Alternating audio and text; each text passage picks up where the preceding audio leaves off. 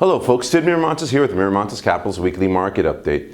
This week news, we have Amazon looking at opening up stores in your local neighborhoods, along with, of course, the continued business of shipping products and services and other things to your home directly. So they look at expanding their business model. We also have Samsung looking at discontinuing their Note 7 cell phone because of all the issues it's recently had. Folks, in today's program, I want to cover, in our book, there's one of the chapters where we discuss your spouse and how important your spouse is in planning your retirement or continuing as you are retired, what you have to do to make sure that spouse is involved.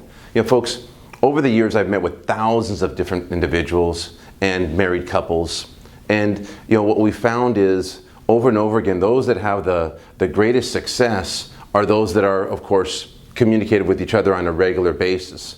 If you're planning to retire, you know, you're living your life and she's living her life, or you're living your life and he's living his life, and then our jobs, of course, together is to bring each other together so that we can plan together what your expenses are, what your debt are, what your concerns are for your future, what you want to leave to your children, what investments and what kind of risk you're willing to take with your investments, and what kind of incomes, of course, we're looking at generating for those investments. Well, that's the initial stages of planning. And obviously, the sooner that we can get your spouse involved, the better we normally see that we're going to get a better result. Well, folks, that also continues on as you're in retirement. When you're in retirement, well, my goodness, what happens is we typically see, you know, I recently talked to one of our retirees here recently, and he was mentioning that, hey, you know what, my spouse is not as interested in the planning of monies and expenses, and he said that, you know, he takes on the majority of those issues. Well, I said,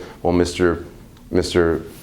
X, let's say, you know, it's more important for you to have her involved on a regular basis. So I said, you know, what you should do is look at planning maybe the last Friday of the month where you sit down together for 15 or 20 minutes over a cup of coffee and you just discuss what has happened that particular month.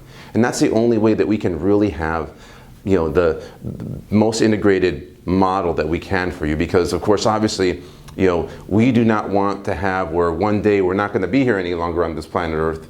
We don't want to have all of this avalanche of numbers falling on whatever spouse. If you're married and you're leaving your husband behind, you don't want to be the one that you're handling all the numbers, and there's an avalanche of figures that fall on his lap when you're not here. And the same holds true where we don't want there to be an avalanche of numbers falling in her lap. We want to make sure that it's going to be you and me and my team together managing this process, and then you, me, and your spouse, all of us together being brought in together, so it's one cohesive unit as we move forward.